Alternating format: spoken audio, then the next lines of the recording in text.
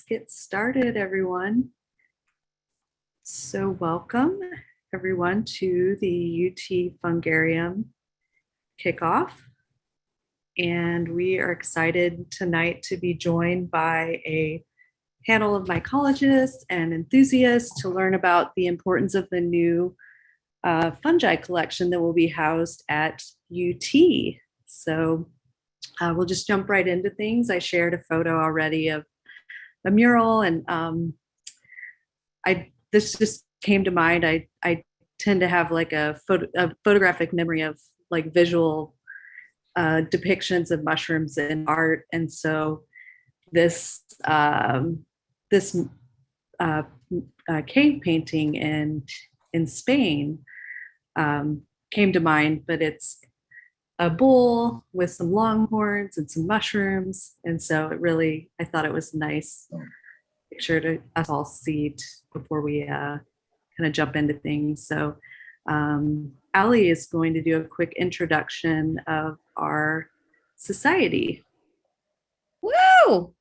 Thank you, everybody, for coming. It's good to have you here. I'm Ali, a current member and in the leadership circle of CTMS, and I'm going to say a little bit about us. The Central Texas Mycological Society formed as a nonprofit in 2019, so right before the pandemic hit. Almost all sarcasm aside, sorry.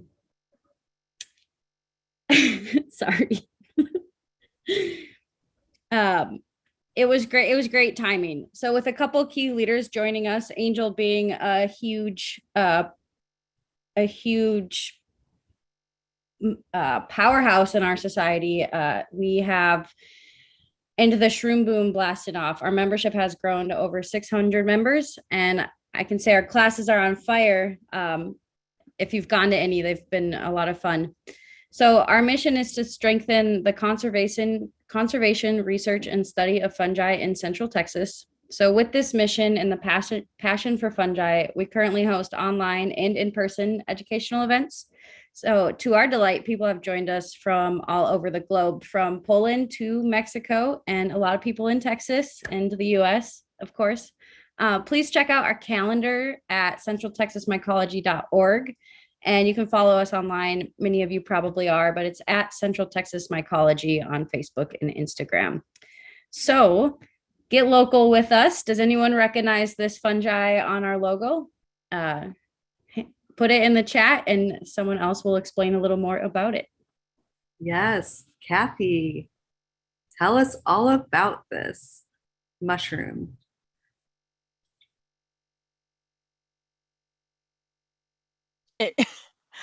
I just using a new headset, so excuse me for can you hear me? You sound great. We hear you. Really? This is a great headset, Jabra. Anyway, yeah, a little ad for Jabra. So what you saw was on the symbol, the logo for the Central Texas Mycological Society is the Coreactus Gister, and that artist is just wonderful. And it's on the t-shirts too for the organization.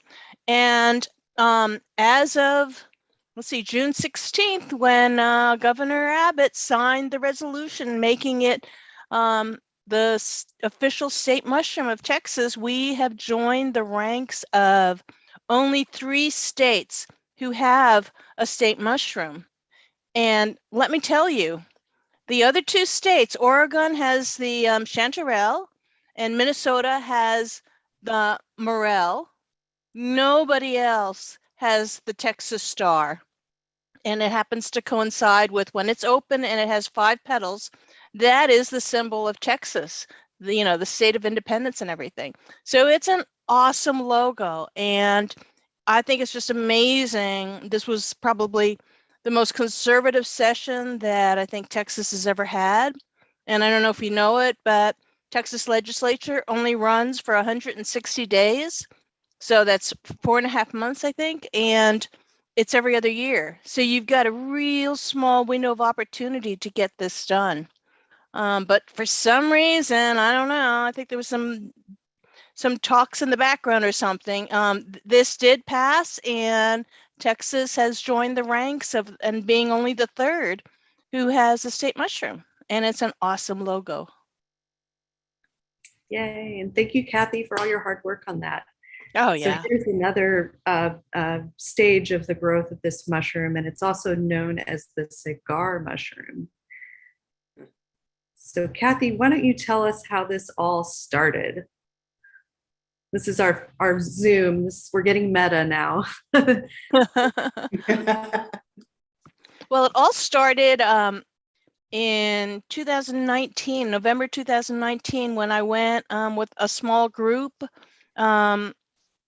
to Washington, and we drove up from the Portland airport, and they're so organized there because there's so many mushrooms that you have to file for permits and everything. And I found out that Oregon had a state mushroom. So when I got back, I was going, oh, I wonder what Texas has. And that's where I found out that only 2 states have this state mushroom. And then after that, I'll tell you, I will never do this again. It is, you do not want to work with the Texas legislature. There's over about 200 members. And I was, we're in a very red state, and I was just shocked that they actually passed this. But you have to be very organized. You have to, each of these, so what you want to do is you want to get a companion bill because it has more strength to get passed. So that means you have to get a senator and somebody from the House of Representatives to sponsor your bill. And then you have to keep it all together and make sure you stay on track, because they have 100 of their own bills that they're going to pass. So you got to be really nice, and you can't bother them, and you got to give them good information. And yeah, 4 months later, if you're lucky, and then you have to partner with some really important people, like, David Lewis is on this call, and he is probably, if the state had a chief mycologist, it would be David Lewis.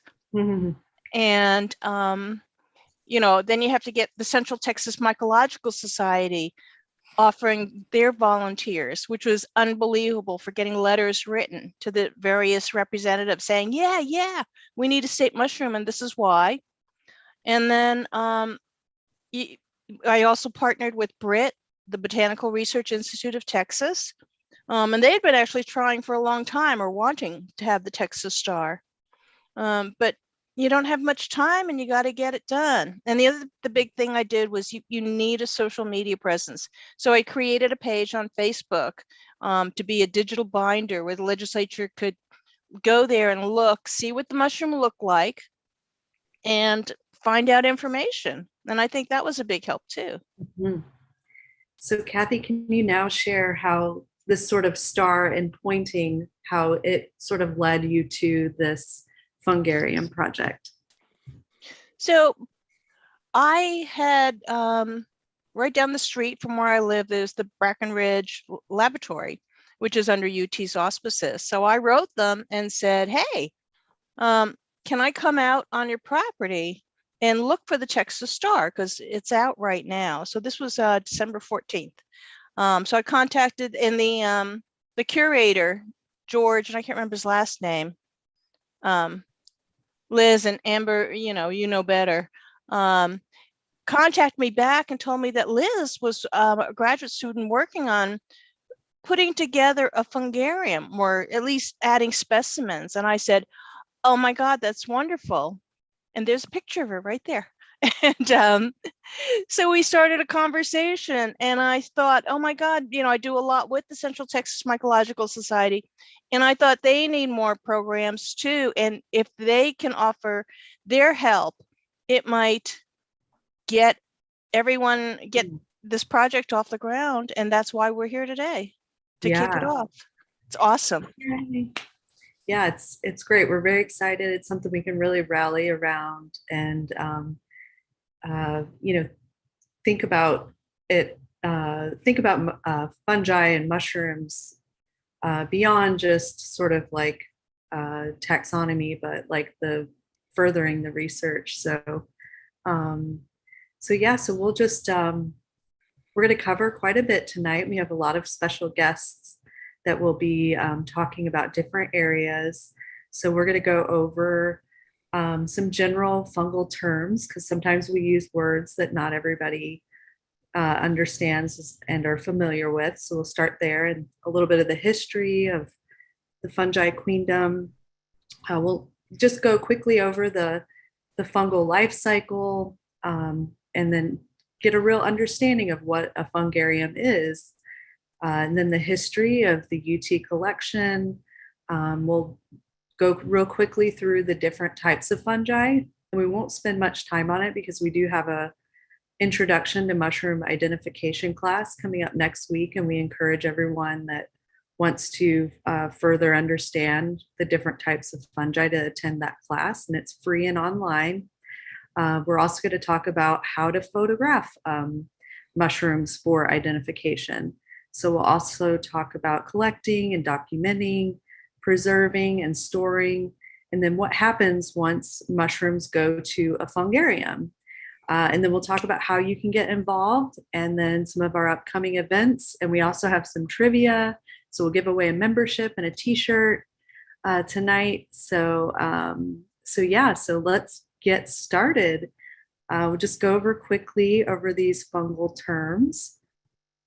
So Fungarium is a collection of fungi preserved. So we have spores, which are a microscopic, reproduction method. We have hyphae, which is a single filament of mycelium. And we have mycelium, which is a system of hyphae. Mycorrhizal, which is a division of fungi that's type related to the roots of plants. And then we have symbiotic mushrooms, which are mutually beneficial to organisms. And then we also have parasitic, so living at the expense of the host. So does anybody know what year the fungi kingdom or queendom, whichever you want to use, what year it was started? You can put it in the chat. I've got some hints. Carrie, you got it. So they were grouped with both plants and animals until 1969. And a scientist named Robert Whitaker published the first major revision to the two kingdom classification system. And he proposed there be 5 kingdoms, this meaning that fungi now has its own kingdom. And just a few years later, we know that like psilocybin was placed under Schedule 1, and that created a lot of mycophobia in our culture and halted a lot of research. And so not just around like psilocybin, but a lot of other fungal research. So I think that's kind of halted a little bit of our understanding of how it relates to our ecosystem. And we're starting to have a little bit more of a resurgence, more funding, that sort of thing. And so we've only identified about 10% of mushrooms on Earth. And that's a real kind of estimate. It's hard to sort of put a accurate number on that. But so here is a picture of the phylogenetic tree of life. So you can kind of see where fungi diverged from other life around 1.5 billion years ago. And so we're much closer to animals than plants, and mycelium and mushrooms like inhale oxygen, exhale carbon. And then here you see the life cycle. So as we study it, especially for collection, there's, it's important to know the parts of the mushroom and also its life cycle, but there's you're also studying the spores, you're also collecting, sometimes looking at just the hyphae or the mycelium can help you with your identification. And so here is an artist depiction that I really like of a fungi called Prototaxides. And so over 400 million years ago, long before humans were alive, a giant fungi called Prototaxides was the size of trees. It feasted on the dead, growing slowly to the largest living thing on land. And it ultimately made life on land possible. And so this is a picture of a fossil that was discovered several years back of this particular fungi.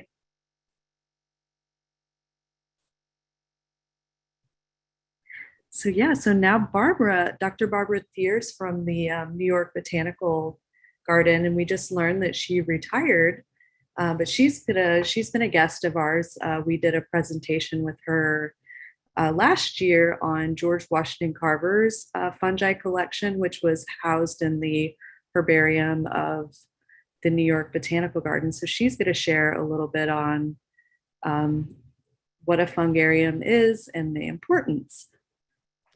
Hi, sure. Thanks, Angel.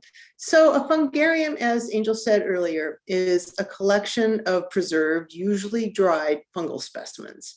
It's the equivalent of a herbarium for plants. You may have heard that term.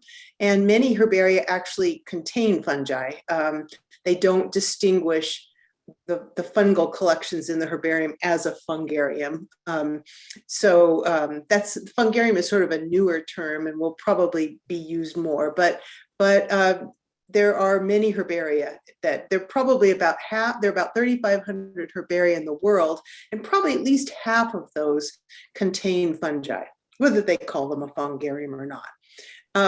It's impossible to determine just how many preserved fungal specimens there are, but the number could be as high as 100 million.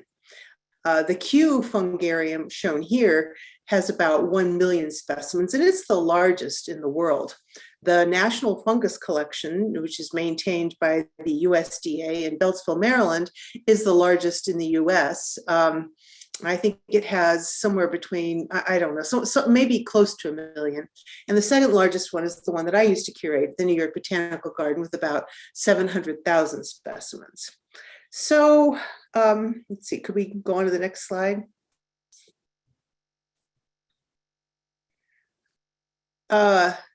So I guess what I'll do is I'll just say my part, and then we can play the Giuliana Furci section. So why do we have it's very, well, actually I'll wait and talk about what we do with them until after. I'll just say that it's very exciting to see the reestablishment of a fungarium at University of Texas, because the university has a long tradition of mycological research. Texas has a diverse and interesting mycota, as you know, and by documenting it through specimens and the data you'll be putting online about the collection, you're not only putting an evidence-based foundation to your own work, but you're contributing to data that can be used by scientists all over the world. Herbaria, fungaria have long been an example of open science, even before we really used that term. They're the evidence for scientific discovery and analysis in the form of actual preserved specimens, and they're made freely available for anyone else to examine to either confirm or challenge the discoveries that were made from them. So let's go ahead and do Giuliana's message. Congratulations to the University of Texas on this kickoff of the new Fungarium. Fungaria are very important to house the fungal patrimony of a given place. We use Fungaria to compare what we find to what has already been found. We use Fungaria to further research species that we don't know so much about. Fungaria are spaces for everybody to contribute with what you find in your unique encounters with mushrooms and with fungi. We mustn't forget that every fungus is magical. Every mushroom is magic. The encounter is a magical coincidence in time and space between us humans and organisms of kingdom fungi that sometimes are only visible for just one day. I invite us all to help build this incredible reservoir of fungal species together with the University of Texas. Congratulations and have a wonderful kickoff. Wow, she really says that well. There's not much to add except that to say that one of the things we can do now that we couldn't do before, there's two things. Of course, we can get DNA out of fungi, and we can use that to understand how they're related to one another, and also beginning to be with using, high throughput sequencing and genomic studies, we're beginning to get to the point where we can understand what genes control what. So we can understand the genetic basis for why a fungus looks the way it does, or where it grows, why it grows where it grows, why it parasitizes when it parasitizes. And that's all very exciting. Also, the fact that we've digitized now most of the fungal collections in this country means that we can look at these data in the aggregate and we can study trends. We can begin to assess how fungal diversity has changed over time, how it's changed in a given place, how the relationships of fungi may have changed over time, or how they may have changed who they're interacting with in terms of their mycorrhizal partners, their host predator associations. So each individual specimen is a treasure and a source of amazing information, but also when we consider them all together, we can get a big picture and understand, global change in fungi. Next slide, please. So I wanted to say a few words about the original University of Texas Herbarium. As I said, it went to the New York Botanical Garden in 1990. It consisted of about, I think the count is 1,116 specimens. And these specimens have all been digitized, and they are all available online. So even though they won't be part of your fungarium, they can be sort of virtually reunited. You can find all of these on the Mico Portal. But I wanted to mention a couple of important collectors whose work was represented in that original fungarium. This shows a couple of specimens that were well, actually, the one on the left is just an example of what the labels looked like in the original herbarium from Texas. And on the right is a specimen collected by a man named W.H. Long, Jr., who was really one of Texas's first mycologists. He was born in Texas in the 1880s. He went to Baylor University, taught there for a few years. Then he taught at North Texas Normal College, I think it was called, in Denton. And then he went on for a PhD, kind of jointly between Cornell and University of Texas. And he was a specialist in wood rotting fungi and in plant diseases. And he worked for a little while in Washington, D.C. for the USDA, but he missed the West and he was posted to Albuquerque, and he spent the rest of his career doing plant pathological work there. But after he retired, he got very interested in puffballs and other fungi. And he published quite a lot in his retirement. And in fact, there's a genus, Longia, that was named for him. And so, many of those interesting desert puffballs were the things that he studied. I don't have a slide, but I do want to mention one other mycologist. New York, we didn't get any of her specimens, but her name was Marie Marrow.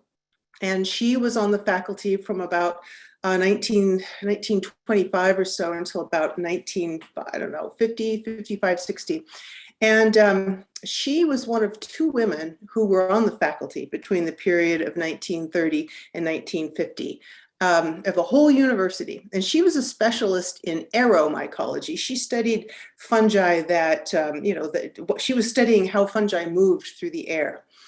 And a brilliant scientist. And I know about her because, as it turns out, my father, who was also a mycologist, got his undergraduate degree at University of Texas and his master's degree, and he studied under Marie Marrow.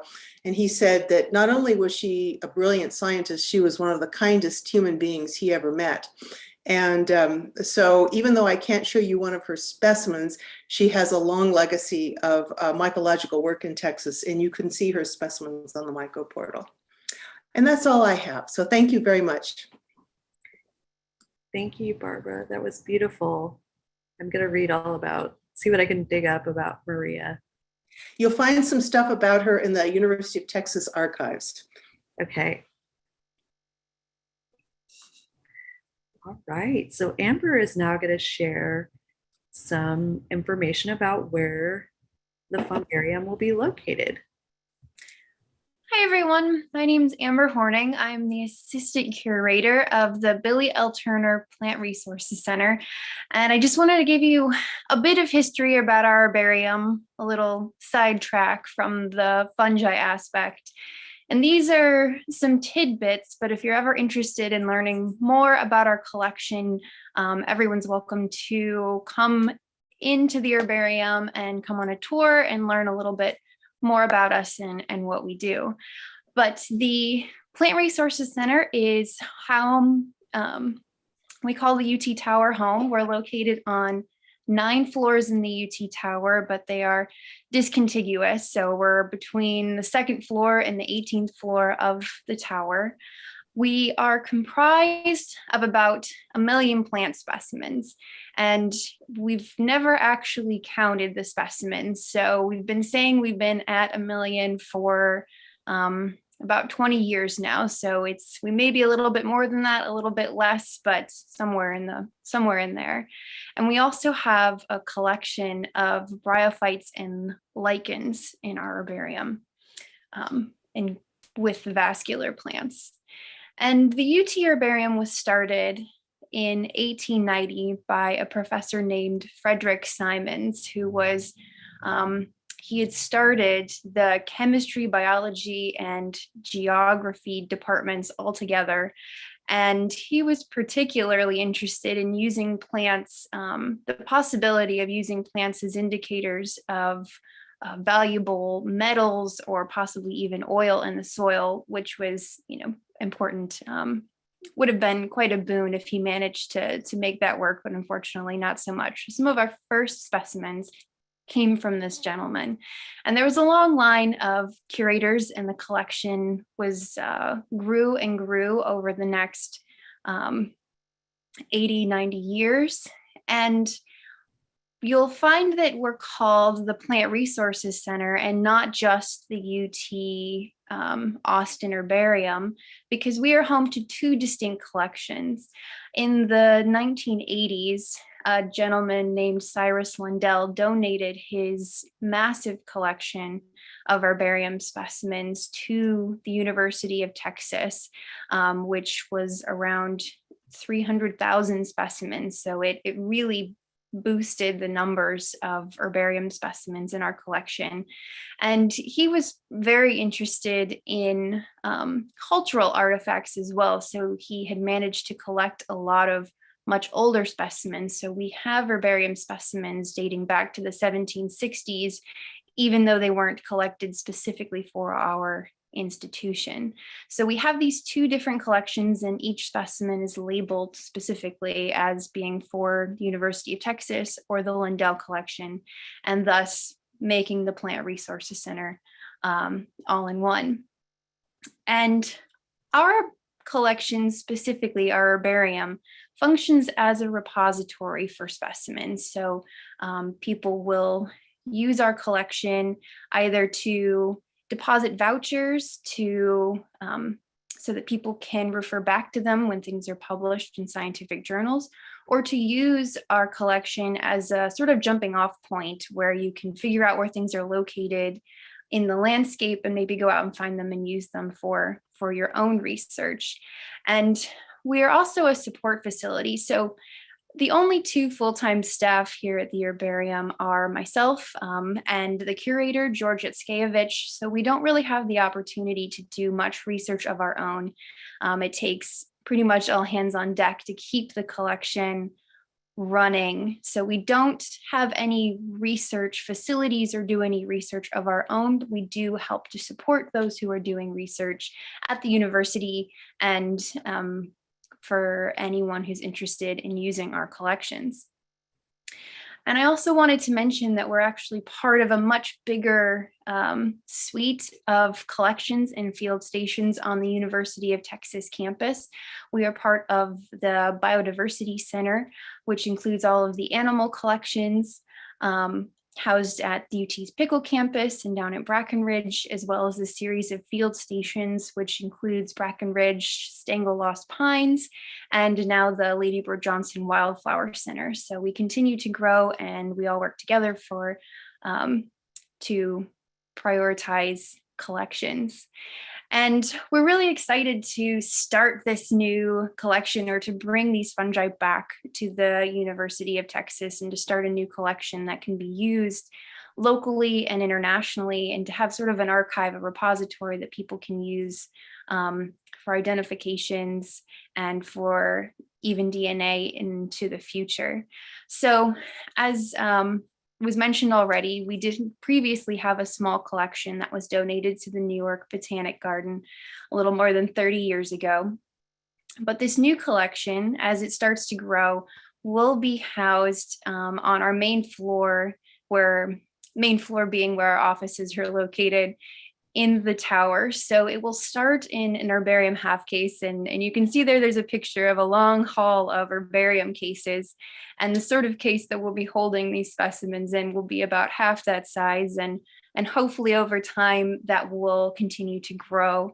And so the specimens will be frozen when they come into us, and then kept in archival materials in our collection, and then all of the data and images associated with those specimens that are given to us will be hosted on the Mico Portal. And I just wanted to bring up, I had a couple screenshots, for example, of the Mico Portal. If you haven't been on there, I definitely recommend checking it out, because it houses collections and observations of fungal diversity from all over the world. And you can choose to look up a specific type of fungi or look at a particular collection and see the distributions of these things. And it's really quite cool. So if you click on Explore, you can see all of the different collections. And here you can see the description of the newly created page for the University of Texas. And specifically, this collection will be in collaboration with the Mycological Society. So Liz and Laura at Brackenridge Field Station have already started collecting and accessioning specimens for the Fungarium. And I just wanted to show, for example, a few of those collections, so you can see as soon as they come into the collection, they will be added to the portal, or you can see the identifications, when and where. And if you actually click on maps, you can see the distribution of those collections and exactly the pinpoint where they were found, which can be quite cool depending on what you're looking at and or looking for. Great. Well, thanks, Amber. I'm going to go through just real quickly the 4 divisions of fungi, and this is kind of important, like when you're out in the field, to see the broad diversity. So a lot of people just think about, looking for something that looks sort of like a mushroom, but they all look quite differently, and it can be like the collections can be insects and things that are sort of where that might be infected with like a parasitic fungi. So we'll talk about like the mycorrhizal fungi, parasitic, saprophytic, which are the decomposers, endophytic, and then there's yeast. And I'm not sure if that's something that's housed in a fungarium typically, but maybe in some capacity. So this first major category is the saprophytic or Cybertrophic mushrooms.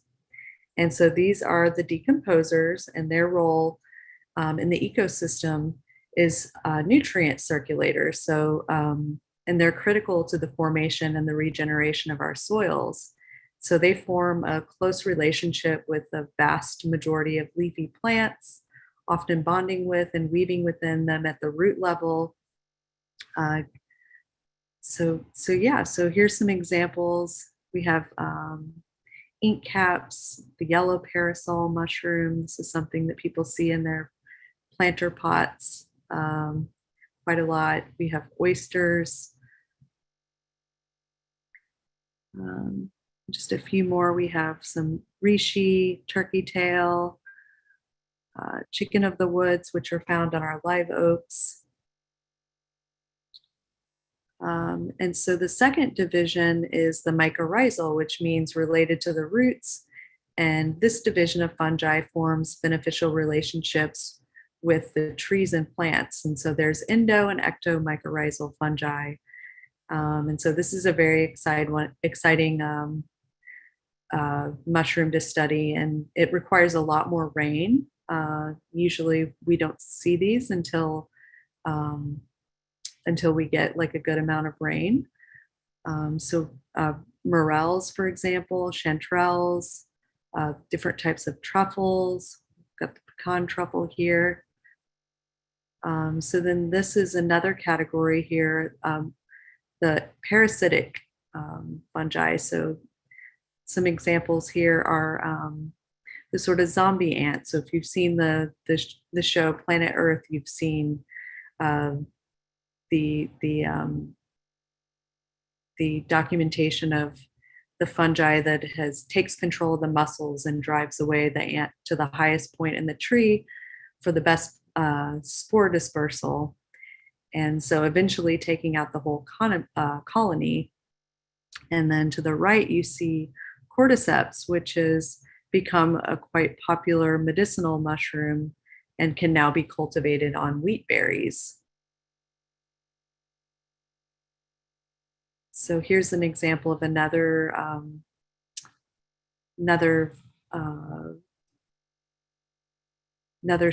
species of fungi that's found in the soil and infects periodical cicadas. And so the fourth category are endophytic fungi, and this lives within a plant for at least part of its life cycle without causing any type of disease. And every plant that's been studied to date, we've found that endophytic fungi has a relationship, and it's one of the categories that's not that understood and needs a lot of special equipment to be able to study it and look at it. And so here you see a magnified image that shows the fungus in leaf tissue.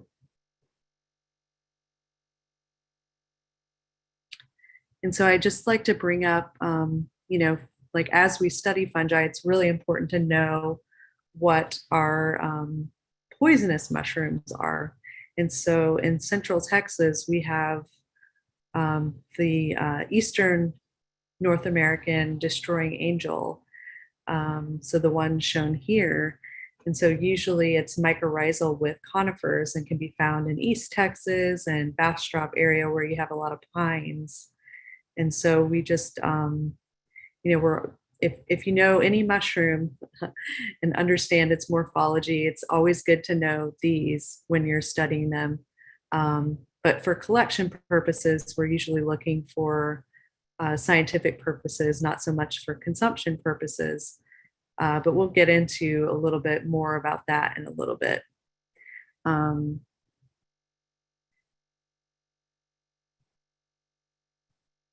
So some of the tools that are needed when you go out and do a collection, you want to bring either a notebook and a pencil, a basket, brown paper bags, or I like to sometimes have a tackle box with me for small specimens. Have a knife, usually like a dull knife is better. A camera, so smartphone cameras are getting better and better. A lot of people still like to use their SLRs. I have a macro attachment on my camera that I like to do some really nice close-up photos. You can even get some really detailed pictures of gills that are important. And there's a lot of, we'll talk a little bit more about this too, but there's a lot of photo identification apps, and it's a good place to start, but it's definitely something you shouldn't sort of like get too attached to, or use it as an absolute assessment for 100% ID. And then a field guide. We recommend the latest Mushrooms of the Gulf State from UT Press.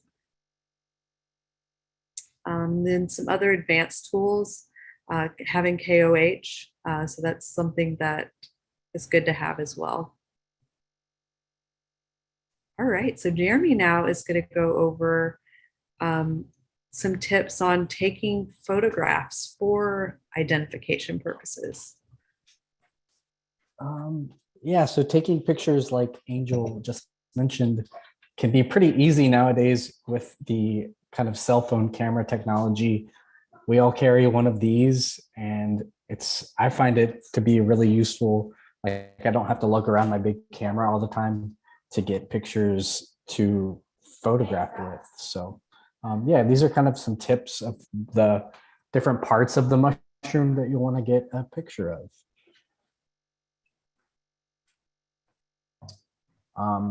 First off, kind of the first thing you normally see is the cap of the mushroom.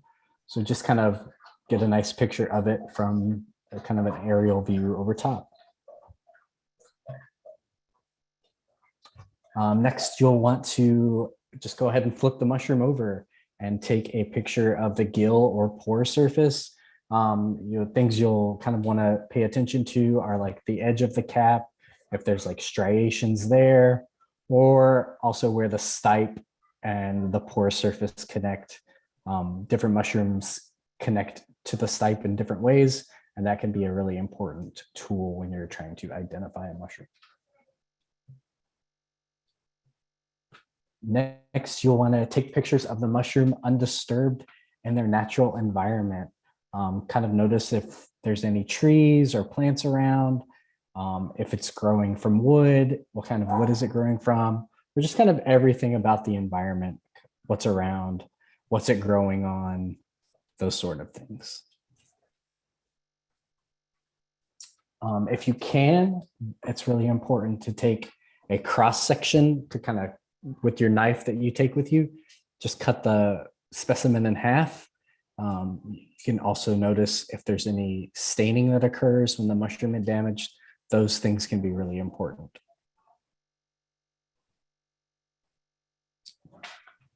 You'll want to take pictures of the entire mushroom, including the base of the mushroom. That's especially kind of important here. You can see different Amanita species. That cup that they're growing out of can be important.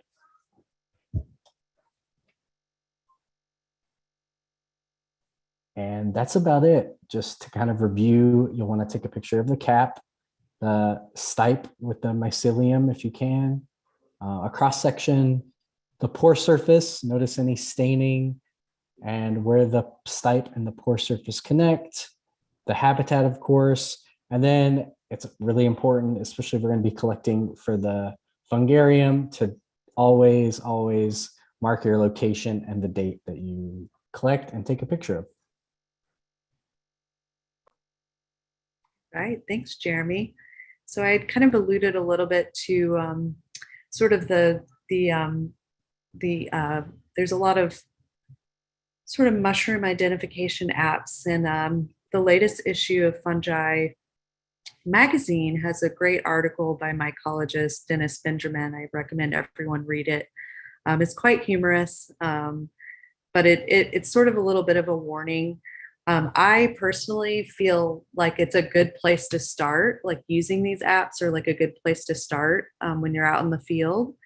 But it's not an absolute, like you can't take anything as like 100% until you do further research. Usually you're needing to like look online, do a lot of comparison photos. So every time I go out, I tend to have a lot of homework when I come home. So a lot of times out in the field, especially when we're with beginners, like people want to know, right away, like, what is this? And it's something that, like, as we're all learning, especially,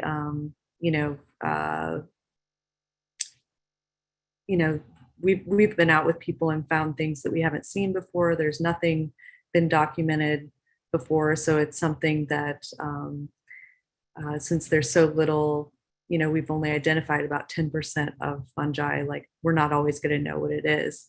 So some of the fallbacks of using mushroom identification apps, like you may have limited internet, like when you're out in the field. There's a very limited amount of photos in the libraries to do comparisons. So usually, you have to have look at 3 or 4 or 5 different websites before you come to maybe even like a closer identification. So mushrooms have to be very closely examined for their subtle differences and require multiple views. And that's a reason why getting a lot of photographs too, if you're not going to be taking specimens out with you, you want to definitely take a lot of different photos. Or if, there's a lot of different periods of the growth of the mushroom and its different stages of morphology, try to collect those and take photographs of all of them. Maybe not take all the specimens out, but yeah, so use a regional field guide, and we recommend the Mushrooms of the Gulf State. Definitely join a mycological society. That's a good way to sharpen your ID skills. Take classes on basic mushroom identification and taxonomy. So as I mentioned, we have a class coming up next Thursday on Intro to Mushroom ID.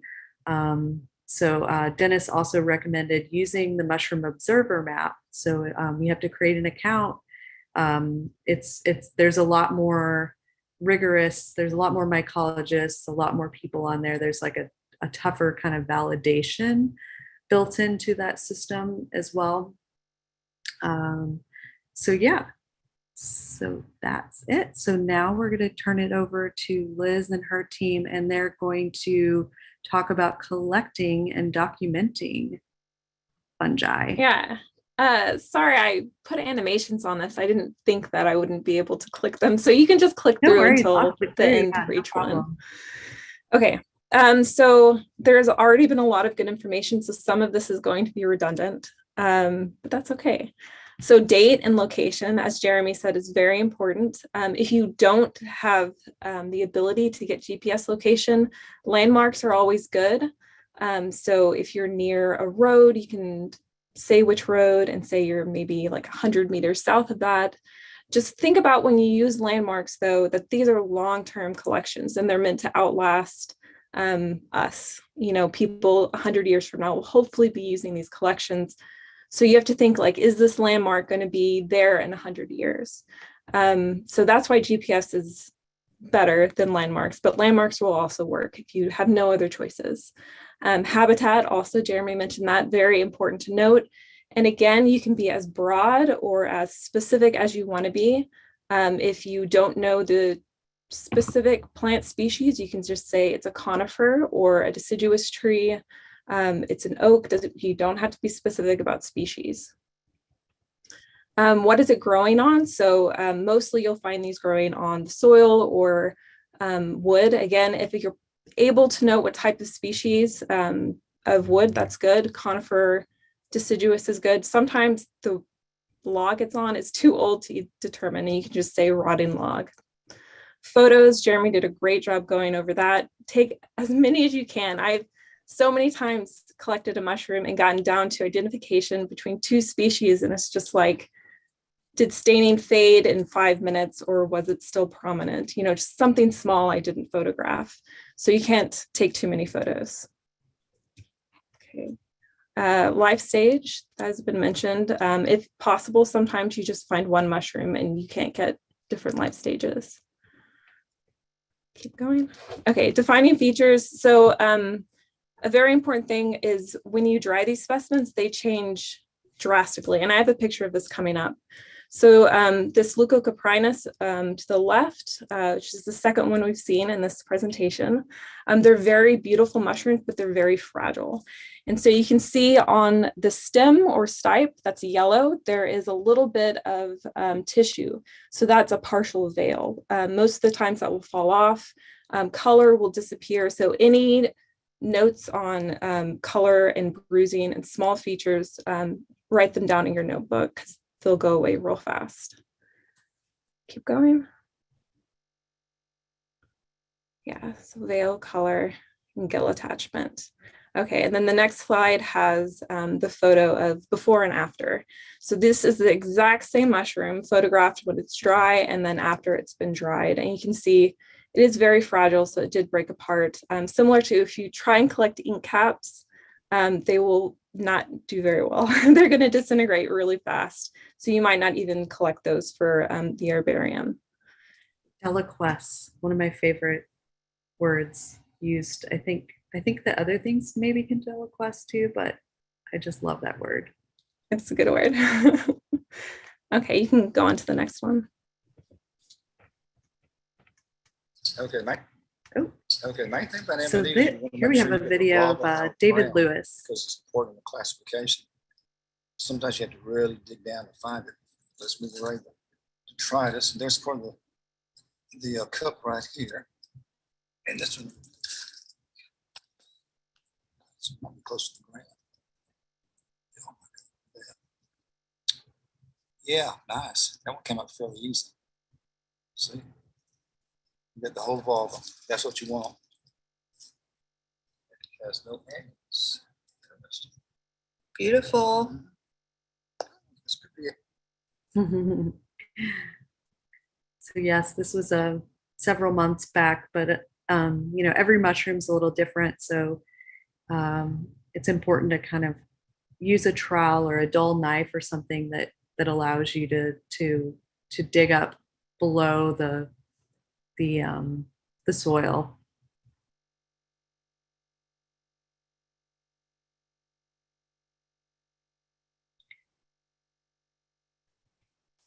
Okay, so I think I'm going to start this and then I'll turn it over to Amber. So when you collect a mushroom, you're going to want to collect it in a paper bag. You don't want to put it in plastic, and I'm sure many of you already know this, but just in case, plastic will cause it to start to rot really fast. And so paper you get aeration around it, and it lasts a lot longer. You can dry out your specimen. You can use a dehydrator if you have one at home, or a drying oven. Most people don't have a drying oven. So a regular oven will do if you put it on the lowest temperature possible. Usually that's just like warm. Leave it on for a little bit until it's warm, then you can turn it off and put the mushroom in there. You might have to turn it on a little while. After that, a good thing to do is when you buy a bag of chips or something, usually it comes with a silica packet and it says, do not eat this. I save all of them, and you can use those to dry out specimens. So after I dry my specimen, I put it then in a Ziploc bag with some silica packets, and I put it in plastic bag at that point, because if you leave it out in the room, it'll start absorbing moisture from the air. And then freezing your specimen. And so if you want to start your own collection, your own personal collection, which you should, it's good to freeze your specimens, because a lot of times they have worms in them. I'm sure if you found old specimens in the field, you see that they have all these tiny little worms in them. So this will kill anything that's in it and might decide to eat it. So you can leave it in your freezer for about a week. And Amber, I know, does that for all the specimens that come into the Fungarium. Okay, so I think that's all I had. Amber? So for archival storage, everything any fungi that comes to the herbarium should be completely dry and stable. And when those things come to the collection, they are put in a -60-degree freezer, so quite a bit colder than an at-home freezer. But everything that comes into our collection is deep frozen for a full week before it can be added to the collection itself. And once those things are frozen, they are then stored in a variety of archival materials. So depending on the fungi, how big it is, you have some tiny Mycena is going to be much different than a giant Ganoderma in terms of how you store those types of things. And it'll range from archival paper packets. So these are folded packets. You can see on the left there, this is a friend of mine, Patricia Miller, who started the Fungarium at the University of Mississippi in Oxford, Mississippi. If you have a chance, take a look at her collections on Mico Portal. They are amazing. And she sent me some pictures, for example, because obviously we don't have much, for example, at our own collection right now. But these specimens are stored in archival paper, meaning that they have a very high cotton content, and they're designed to not degrade over time. So you see some older specimens, and paper processing historically involved a lot more acids. And so those things can degrade the paper over time. So these days, everything is done with a high cotton content and in archival quality so that they stay the same, and will continue to support and protect the specimens in perpetuity. So we'll either store these specimens in archival paper packets, like you see there, or other possibilities are archival boxes in a variety of sizes, or archival bags, which are plastic bags, but instead of being more like a Ziploc bag, like a kitchen Ziplocs have a bit of a cornstarch coating on the interior of the bags in order to keep them from sticking to one another. And that can sort of get into the specimen and cause it to degrade. So we have archival plastic bags that do not have that addition, so that the specimens are well preserved in perpetuity. And I don't have a photo for it here, but if you make a spore print, those can also be deposited. Oh, I see. It's a couple examples of a few spore prints. So you can deposit the spore prints with the specimens, and those can often be possibly be supported in glassine envelopes, which is a bit of a coated tissue paper, so that it's always good to document what the spore color is. But if you have a good spore print, you can add those to the collection, and they can be useful sampled from, or just used as another indicator of identification for anyone interested down the line.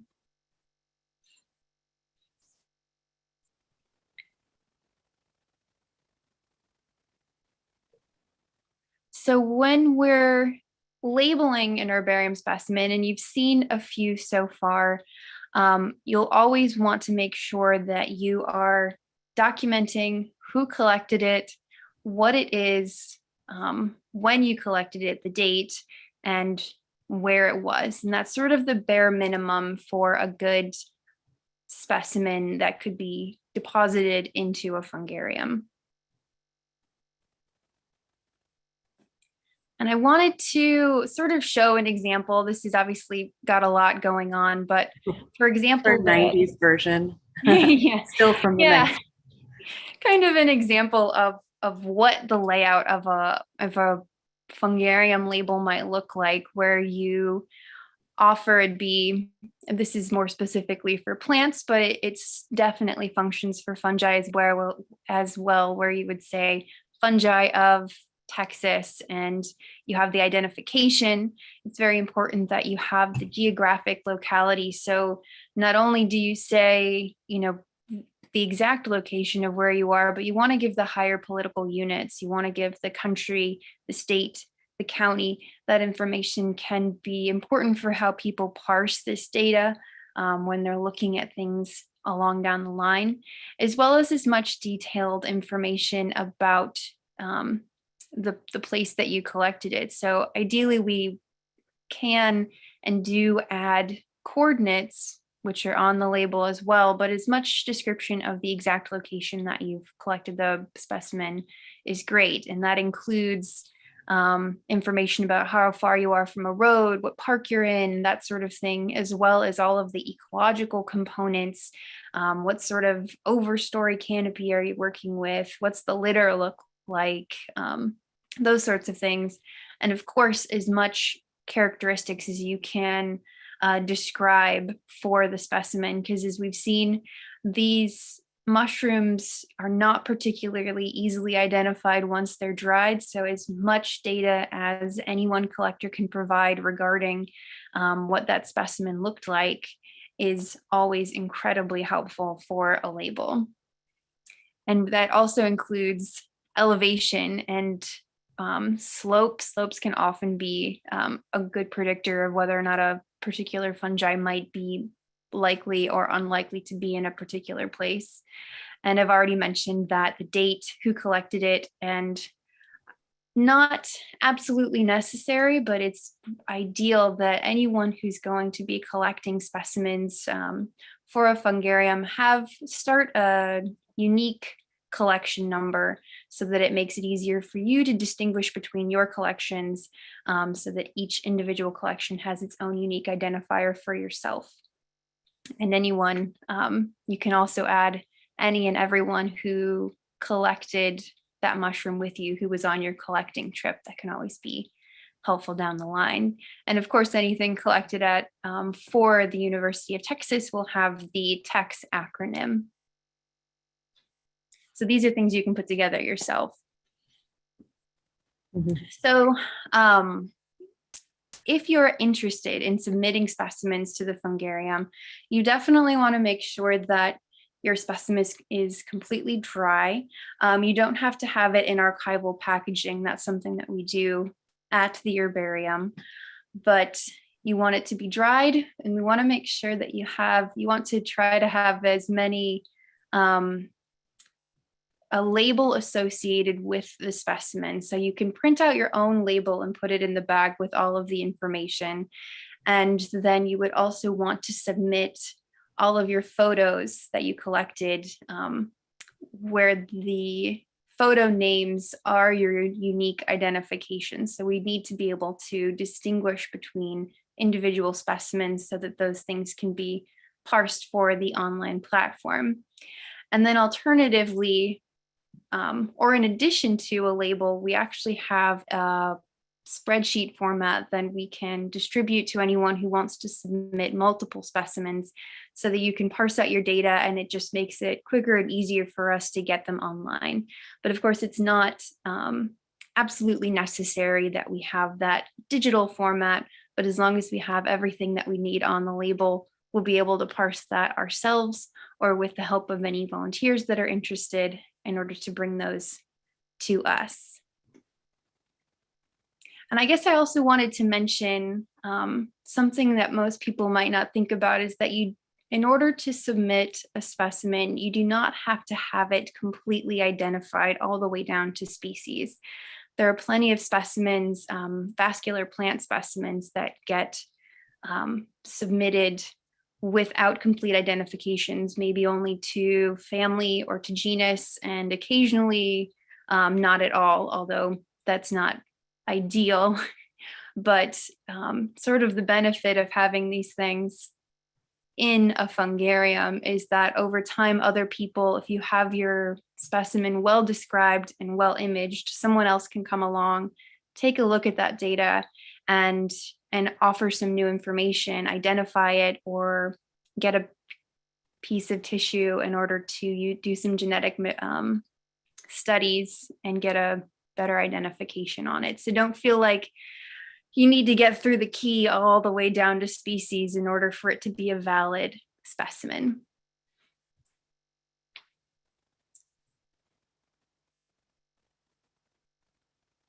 Okay, so we're going to talk a little bit about what happens with the Fungarium.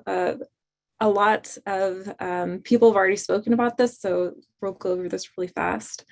So the uses for your specimens in the Fungarium. Angela, you can just go ahead and click through. I think there's 4. So identify new species. You can go back to type specimens. So those are the specimens that were used to define a new species, and you can compare them. Thank you, Angel. You can look at changes in distribution. This is something Barbara mentioned. So you can see, due to climate change or human use of habitats, has a mushroom disappeared from a certain area, or has it moved its distribution? Monitor old growth systems. There are specific species of fungi that are indicative of really old forest or highly disturbed areas. And so that can help people identify areas that need to be protected. And it can inform our understanding of the evolution of fungi. And this is with the physical characteristics as well as DNA that can be taken from these specimens. Okay, you can go ahead and click. And with this, I also want to talk about how you can use this information. So with this, we're going to do an example. Barbara mentioned that herbaria are open source, which is a new term for something that's been around for a long time. You are welcome to go to Mico Portal and use this data. You can, here I did a search for this pepper pot earth star, and I pulled up all of the samples that are available in herbaria and museums. And so you can see that the distribution is global here. You can limit it by region. Go to the next page. So after you do a search, you can get all of the associated data with it, the metadata. So here you can see these are each of the listings, and you can't see all of it, but it does list like habitat, everything that was on the label you can download. So I did that for this. I downloaded all the data from Myriostoma. Go ahead and go to the next slide. And with this data, there were 214 total observations I was able to download. Go ahead and click to the next one.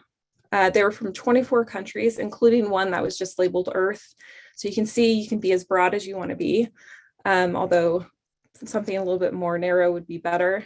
The oldest specimen was from 1695, although most of the specimens were from the 1800s, 1900s, and the 21st century. Okay, go ahead and click. And so with this data, I wanted to show you what you could use it for.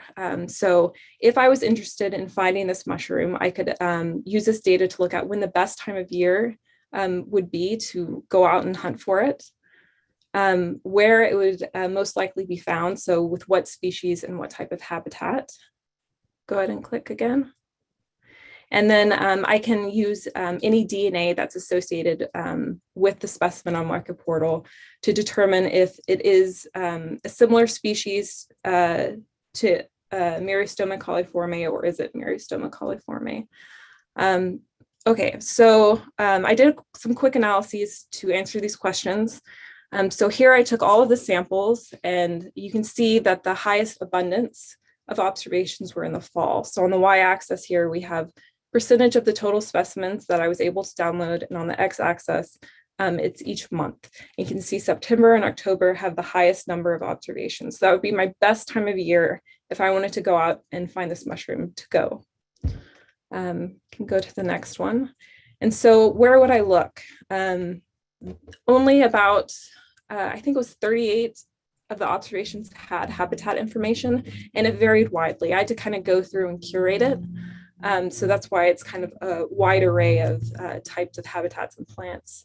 But juniper, oak, and cedar elm, which is all found in the Austin area, is where this mushroom is normally found. It's associated with these species. So I would go to a juniper oak forest or a mixed forest in this area. Okay, and then the last slide. This one I wanted to show you. We are trying to get DNA sequences for all of our samples. And this is kind of a plug for a possible future workshop. So here I have all of the gene sequences I downloaded from NCBI, which is a publicly available sequence repository. All scientists who publish papers are required to deposit their sequences that they get into this database. And anyone can go on and download them. So all of the data I've used is publicly available. So the BFL002 is the specimen that we collected from BFL. And then there's 4 other species within this genus. And then I have another species that's more distantly related.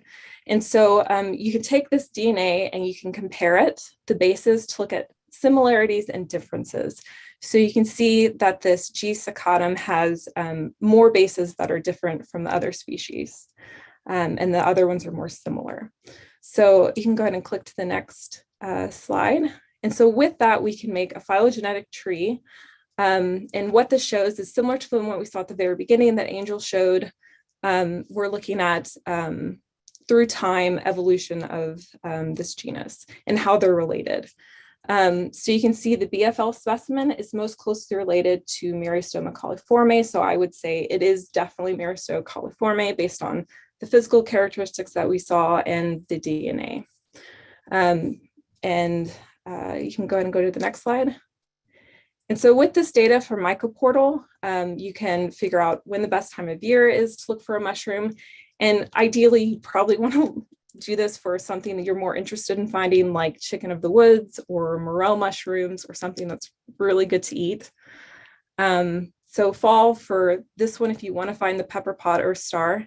And then also look in oak juniper forest. You can go ahead and keep clicking. Yeah, thank you. I shouldn't have done animations. And then with this data, I did find that it is Myriostoma coliforme.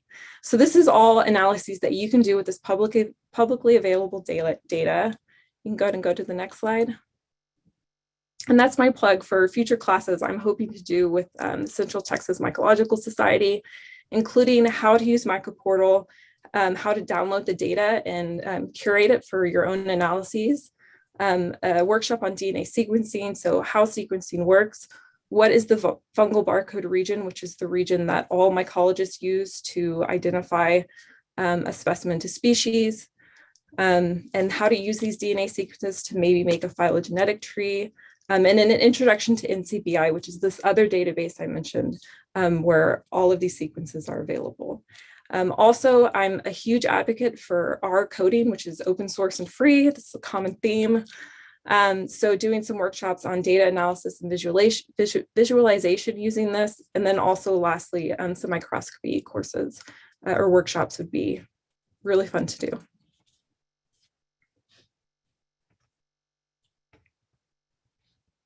Right. So yeah, so we've already got quite a bit of huge sign up of people interested in helping us get this off the ground. So you can find out more information on the link below, or you can sign up on our website to get updates specific to upcoming classes and things related to building this collection, the Fungarium. And as I mentioned, we also have an introduction to mushroom ID. So if you're a beginner and you're really wanting to dig in and understand mushroom identification, definitely come to our class on the 17th. We are planning a Myco Blitz at Brackenridge. We're still uncertain of the date. It all is dependent on rain, and we need the ground temperatures to kind of come up a bit. So we'll keep everybody posted there.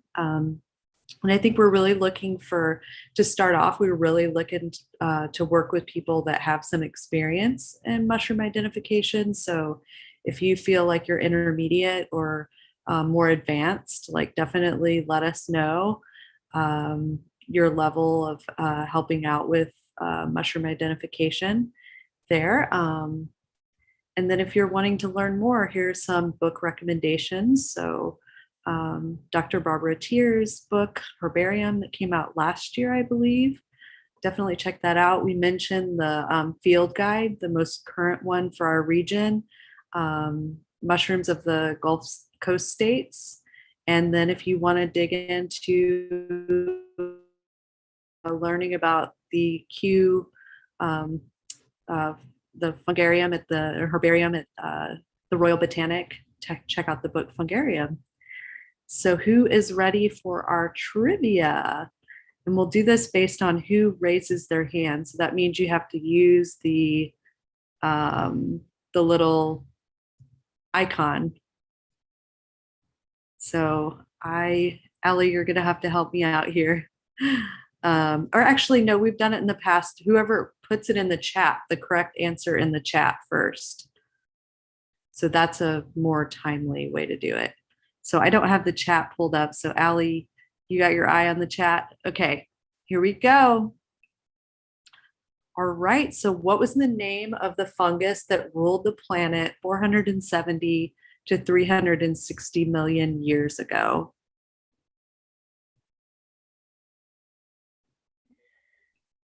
All right. A lot of names are coming in. Good job, you guys. Keep going and see if anyone answers differently. People cracking knuckles too. Jeff. It is Lauren Tolliver. Yay. Good job, Lauren. You win a membership and a t-shirt. So make sure that you drop your email or send us an email. We're at info@centraltexasmycology.org. And are you local? Or we can mail you a t-shirt in the mail if you're not in Austin.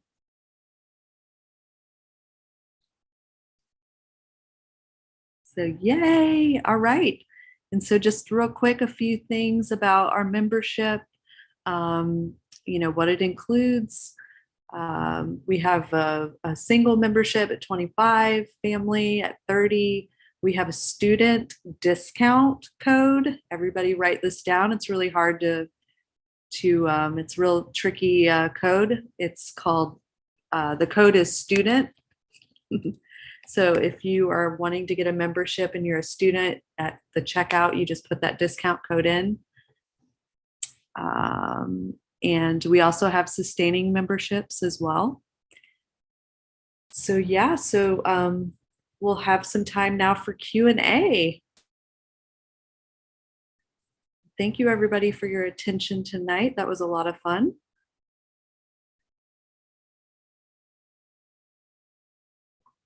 Right. Do we have any questions?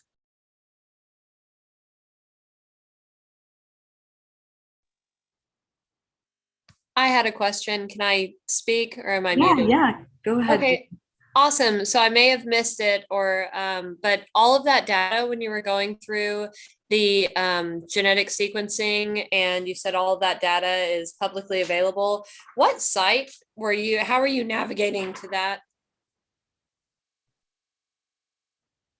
For the fungal data or the sequence data? Both, I guess. I was more the former.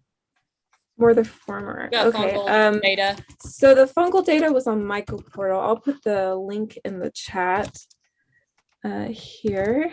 I just haven't explored it yet, so that's awesome. Yeah. So there's a link when you first go there to Mico Portal where you can go to explore, and you can search the collections. I like to do the map search though. It's more visually pleasing because you automatically get a map with all the observations. And then I have NCBI's address, and that's where I got all the sequence data from, except for the sequence for the BFL sample. That one hasn't been uploaded to NCBI yet. It will be. Right. Thank you. Any other questions?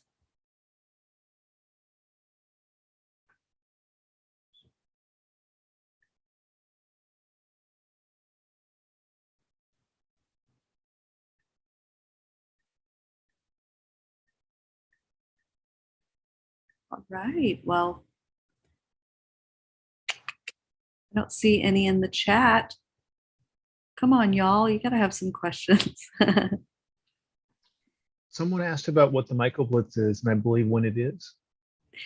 Oh yeah, so we're waiting on the rain. So the forecast is showing a 70% chance tomorrow. So everybody do a rain dance tonight, or now it's 60%. Tonight and tomorrow. So we were tentatively looking at the 19th. Was that right, Liz? So that would be, if it rains today, I think we could do one. Yeah, so the 19th if everything goes right. Yeah, and so it'll be somewhat of a small group, but we're definitely wanting to take people out that have a little bit more experience with ID to start off, just to kind of get our feet wet with collection and kind of learning from one another on like the best tools and things like that. And then once we kind of get our cadence, we'll open up some events to larger groups and definitely visit some other type of like ecosystems. So Liz, you were sharing too that you all like to go out to the pines as well, like where there's more conifers, just to, there's a quite a contrast in the type of mushrooms. Yeah, and so that's a field station too. So I definitely want to do a trip out there. And I think we can do a bigger trip to Stengel because it's a bigger property. So we won't have to limit as much. Yeah. Has everybody had a chance to sign up on our website to stay in the loop on all of our Fungarium specific events? So I can drop it in the chat if you haven't signed up yet. I'm going to make sure that we get everybody's email addresses. So it's centraltexasmycology.org/UT Fungarium.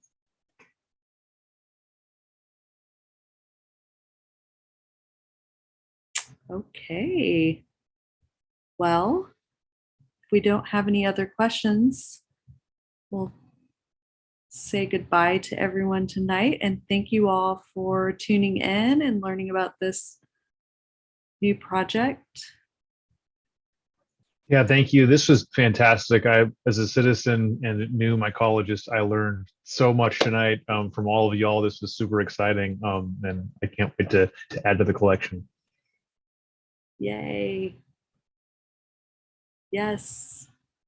All mushrooms are magic. Yay. All right. Well, we'll say goodbye to everyone. Thank you for tuning in.